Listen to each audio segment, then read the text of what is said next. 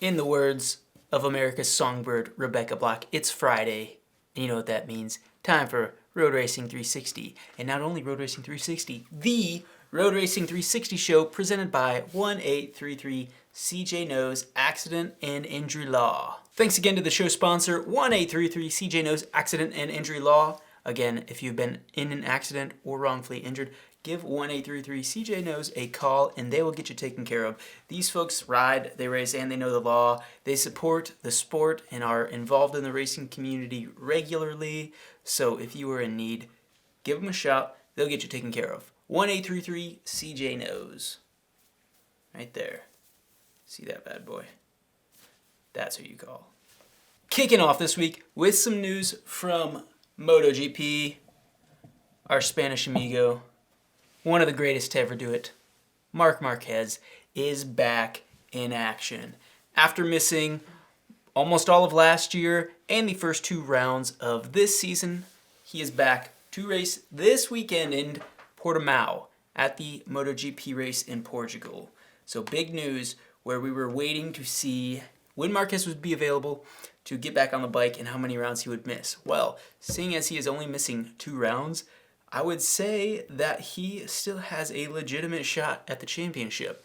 Now, a lot of that is going to hinge on what sort of physical state he's going to be in and how competitive he will be right off the bat. But I really don't see Marc Marquez jumping back into this if he doesn't think he's going to be able to be competitive. Now, we've seen him on some other bikes training. We've even seen him at this track, which is a pretty physical track with a lot of elevation change. So a difficult one to come back to, but if Marc wasn't up for the task, he wouldn't be jumping back into it. But here we go. Gonna be interesting to see. Let me know in the comments how you think Marc is going to do on his first weekend back in MotoGP. The next set of big news in MotoGP this week was Andrea Dovizioso, another guy that's back, but not back like Marc Marquez. He's just back on a MotoGP bike. This time, though, he was on the Aprilia RSGP. Joining some of the other test riders in MotoGP, Andrea Dovizioso did have the chance to jump on Aprilia's MotoGP bike for the first time in a 3-day test at Jerez. While I don't have any lap times or an exact idea of how fast he was really getting to go, a lot of this was just a chance for Dovizioso to get back on a bike and maybe a sort of tryout per se of a potential ride for him next year. He said that his heart is still in MotoGP and he'd like to get back to racing next season, so could that be with the Italian manufacturer? Probably his best bet. That's kind of what I'm thinking is going to happen at this point. Now, there are rumors floating around that he could take over in the middle of the season, but I think a lot of that depends if Aprilia can get together the budget to even afford his salary. So I would love to see him finish up this season and get back into it sooner rather than later. But how realistic that is, I guess really only people within this team of Aprilia and the guys in Dovizioso's corner really would know that. Overall, he did have good things to say about the bike. He hasn't really said a ton about it, but they did, say that they were going to do another test in about a month at Mugello. So later in May, we're going to get a chance to see what Dovizioso does in another outing, maybe one where he's able to maybe put down some times that we can actually figure out how fast he's going. But regardless, it's great to see him back on a bike. It would be awesome to see that second seat at Aprilia filled by somebody who's not really a test rider. No offense to Lorenzo Savadori,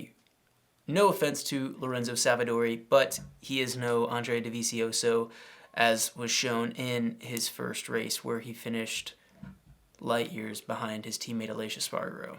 In a week where we don't have a ton of news coming out since it was the off week in between the Qatar and Portugal rounds, the last little bit of news is just coming from the Moto2 paddock, and that is just based off some reading into social media posts, but it does look like the American Supersport rider Sean Dillon Kelly is on his way to Portugal, and while it hasn't, I suppose, been announced, one would assume that he is going to fill in for Marcos Ramirez. Now, Marcos Ramirez is a rider for the American Racing Team, which is a team that Cambobier runs that Cam Beaubier rides on and has pretty strong ties to Sean Dillon Kelly. He's filled in with him in the past and is kind of part of that American Racing Academy. So it would make perfect sense that he is going to fill in for Ramirez, who was injured at Qatar and is going to race in the Moto2 round this weekend before his MotoAmerica season gets started here in a couple weeks in Road Atlanta. Jumping to World Superbike, we got some World Superbike testing from the Aragon circuit in Spain. While this test seemed to lack the Ducati teams and actually really didn't have a whole lot of teams there, we did see Ducati show that they were looking pretty strong with Scott Redding going P1 and Michael Ruben Rinaldi going P2 after the day 2 of testing there. American Garrett Gerloff finished up the test third, less than he's about 6-7 tenths behind Scott Redding there, so not too far off. He did get 73 laps in, so looking pretty promising. Chaz Davis on the Team Go 11 Ducati V4R was fourth, and then rookie Yamaha factory rider Andrea Lucatelli was fifth. Now also missing from a team that was present was Toprak Razgatioglu. He is still recovering from an injury. Hopefully he'll be back on a bike soon, but they still have a little bit of time before the season starts, so I'm sure there's no dire rush for him to get back on a bike. That wraps it up for World Superbike. Now moving on to some MotoAmerica news. Kyle Wyman announced that he would be a factory rider for 2021. But what factory that would be? Well, it's a little confusing because he's actually, a team owner for his own Ducati Superbike team, but Ducati doesn't really have a factory team here in the U.S. It was announced he'd actually be racing a factory Harley Davidson in the King of the Baggers class.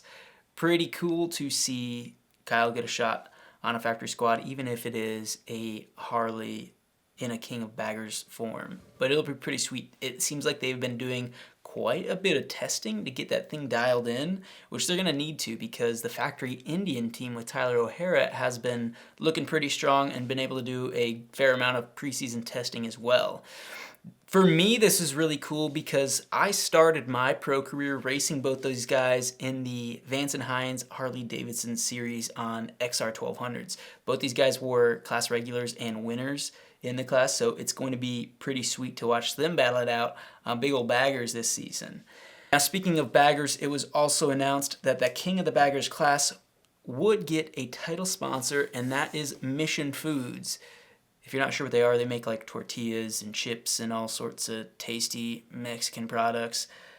It is pretty cool to see Mission Foods stepping up. They've been a big sponsor this year, jumping into American flat track, drag racing, as well as now road racing. So props to Mission Foods. If you're needing some tortillas, head to Walmart, go to the the tortilla aisle, and buy some that are made by Mission because they're supporting the sport and dumping a bunch of money into the marketing there, which is awesome to see an outside the industry sponsor jumping in like they are.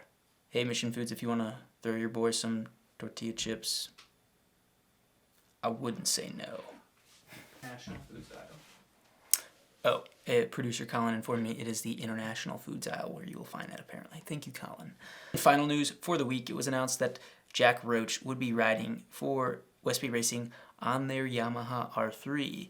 After racing a Ninja 400 last year, it was announced that Jack would be riding a Westby Prepped deal. It seems like they're going to have his own JR12 team is going to have its own kind of identity in the paddock, but it seems the bike is the one that is built by Westby Racing. Pretty cool to see another manufacturer with the Yamaha having a few more bikes since last year. Really, there was just the one, the Westby bike, but this year it seems there's going to be a couple more to contest with that Kawasaki Ninja 400. So exciting to see that happen. Jack's been doing some testing so far. It'll be great to just get the season going and kicked off. We've got MotoGP happening this weekend, and we are just a couple weeks away from the MotoAmerica season kicking off. So stay tuned for more news coming from all that is happening for that. I'm super excited to just get racing. I've been itching to race just about anything. I've been racing my dogs around the yard just to get that sense of competition, and I have been losing because they're pretty freaking fast. You know what I'm talking about at this point. So thank you guys for tuning in. Please like, share, subscribe. We appreciate you guys watching the show and checking it out. Thanks again for watching. We'll see you guys next week.